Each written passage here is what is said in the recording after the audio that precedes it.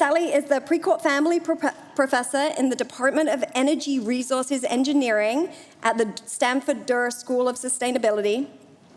Her work is at the forefront of our global efforts to combat climate change. Her research focuses on cutting-edge technologies and strategies to reduce greenhouse gas emissions, with a particular emphasis on the geologic storage of CO2 and energy systems analysis for a low-carbon future.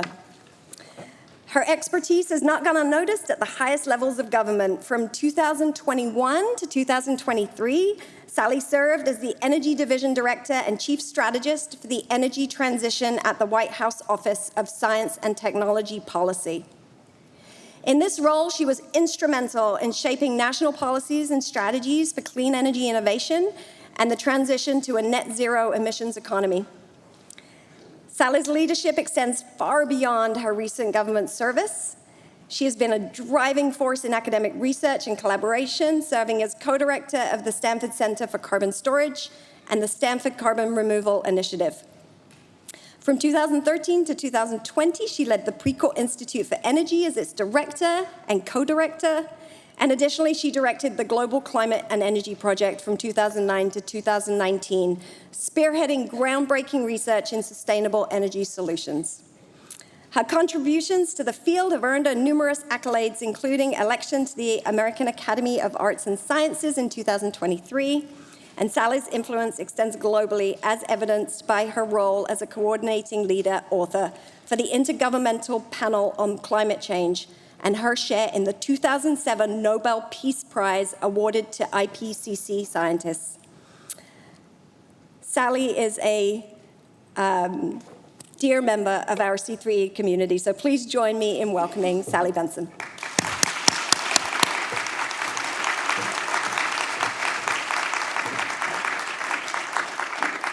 Thank you very much, Naomi. Anyway, it's so exciting to be here. This is one of my favorite conferences or symposiums that I ever go to. I kind of think of it like a day where you're sitting on a couch with a bunch of your best friends who are all brilliant, and you're discussing the most impactful issues of the day, and at the same time really enjoying each other's company. So I hope we can succeed in doing that. And it's really, truly a pleasure to have you here. And when I look around the room, I see so many longtime friends and colleagues, and this really is a powerhouse of women leaders in clean energy, no pun intended. I can't imagine a group of people I would rather be with just 1 week after another momentous presidential election. I was hoping I would be standing here in front of you today celebrating our first woman president, something that remains elusive in the United States and has taken far too long. But I'll fight, and I know you will all fight, so that one day we can say, Madam President.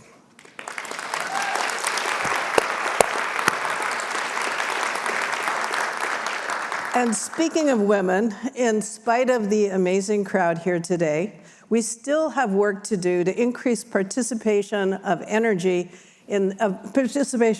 in the energy sector workforce. Of the 8.5 million energy jobs in the United States today, only 26 are filled by women. And even more disappointing than this is that picture has not changed much since 2016. And the reality is even worse. If you look at executives in the energy sector, only about 15% of leadership positions are held by women. We must do better. And increasing female participation in the energy industry is central to the mission of C3E. But given the rapid growth in the energy workforce, and thanks in part to the hard work of many of you here in the audience, we have an opportunity to fix this. So 6 months ago, when we were planning this symposium, we picked the title From Dreams to Reality for this year's theme of the symposium. From dreams of a cleaner energy future that inspires us to work day in and day out to advance technology, policy, finance, equity, advocacy, and affordability, to the reality that this dream is coming true. Over the past decade, there has been so much progress. This year, more than 81% of all new power capacity installed in the US is expected to be from solar energy and batteries. And unbelievably, there are actually some hours of the day here in California where batteries are the single largest source of electricity to the grid. And that's particularly remarkable when you think we are the 5th largest economy in the world. We've also seen a 4.9% increase in clean energy jobs over the past year. 18% of new car sales are hybrid, electric, or plug-in hybrids, and this is growing. We have about 30 battery manufacturing plants that are being either in planning or being built, 150 Class 6 permits for CO2 storage being processed by the EPA, and the list goes on and on. But in spite of all this progress, we have lots more work to do. And we're coming to grips with the reality that transforming the energy system is complicated by many factors. There are long delays in the interconnection queue. There's often a lack of public support for new transmission lines. There are challenges in providing the power needed for high-speed EV charging. And all of these things create headwinds that are slowing us down. So now is the time to move from our clean energy dreams to a pragmatic understanding of and a laser focus on the hard work that it's going to take to get this job done. We've proved we're up to the job. I have no doubt about that. But here we are today facing a new kind of reality, the reality that not everyone prioritizes clean energy as much as we do. I know this crowd, you won't give up. And just like a boat can sail into the wind by tightening its sails and tacking back and forth, it makes steady progress towards its destination. So too can we. We need to tighten our sails, brace against the bumps, and tack back and forth into the headwinds until we reach our final destination, an affordable, sustainable, secure, clean energy system for everyone.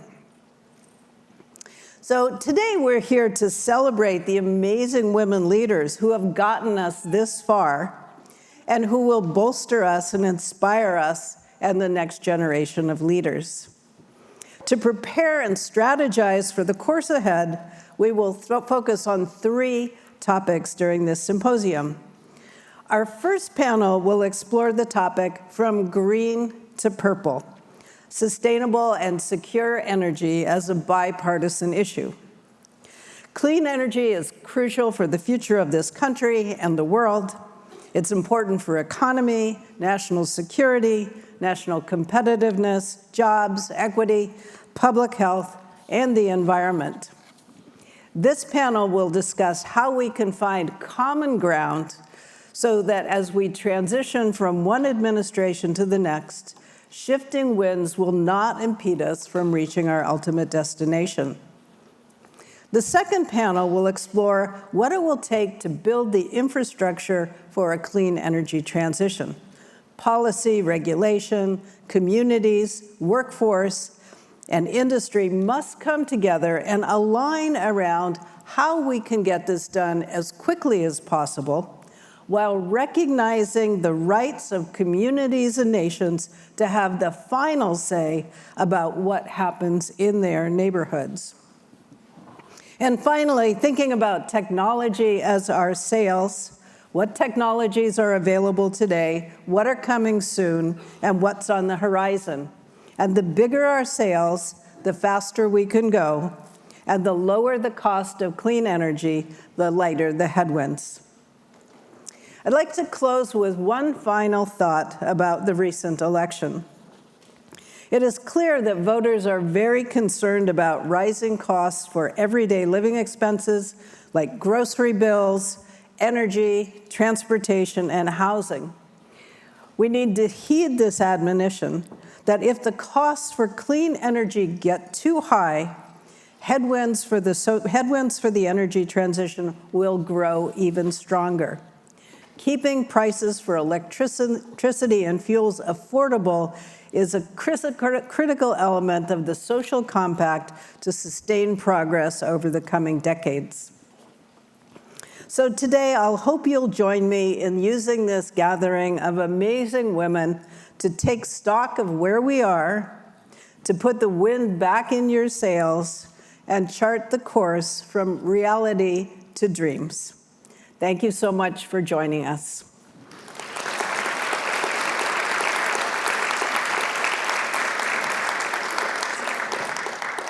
And I'd like to also thank our generous sponsors. I believe that you'll put that up here. Without their support, the C3E initiative and our annual symposium and awards would not be possible. So thank you very much.